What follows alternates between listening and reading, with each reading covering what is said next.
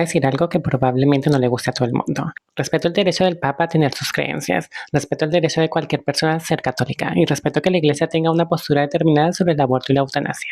Pero hay algo que me cuesta entender, porque cada vez que se abre el debate sobre los derechos reproductivos de las mujeres aparece la Iglesia para decir cómo deben vivirlos, porque el Papa León XIV aprovechó su discurso en el Congreso de Diputados para volver a posicionarse contra el aborto y la eutanasia, defendiendo la vida desde la concepción hasta la muerte natural. Sinceramente, creo que nadie tiene derecho a decirle a una mujer que tiene que abortar. Tampoco creo que nadie debe obligarla a continuar con un embarazo contra su voluntad. Porque quien vive ese embarazo es ella, quien asume los riesgos físicos es ella, quien afronta las consecuencias es ella. No un político, no un sacerdote, no el Papa. Pero además hay algo que me resulta especialmente incómodo.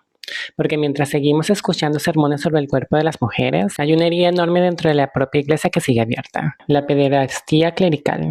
Y aquí no estamos hablando de casos aislados. El informe del Defensor del Pueblo estimó que alrededor de 440,000 personas podrían haber sufrido abusos sexuales en el ámbito de la iglesia en España. 440,000. Una cifra tan enorme que cuesta incluso imaginarla. Y una de las víctimas más conocidas, Miguel Hurtado, dijo una frase que me dejó pensando. Hay 440,000 víctimas de pederastía clerical en España. Si el Papa se reuniera con todas, no haría nada más durante su pontificado. Sinceramente, entiendo la rabia detrás de esas palabras. Porque cuando escuchas a la iglesia hablar de moral, de familias, de cómo deben vivir los demás, es inevitable que mucha gente pregunte: ¿y qué pasa con las víctimas? ¿Y qué pasa con los abusos? ¿Y qué pasa con décadas de silencio y encubrimiento? Y ojo, eso no es un ataque a los creyentes. Conozco personas católicas maravillosos. Seguro hay sacerdotes que hacen un trabajo increíble. Conozco creyentes que también exigen justicia para las víctimas. Precisamente por eso creo que hablar de este tema es importante. Porque la credibilidad moral no se exige, se construye. Y si quieres hablar de proteger vidas, de proteger a los vulnerables y defender valores, entonces las víctimas de abusos deberían estar en el centro de la conversación, no en una nota al pie.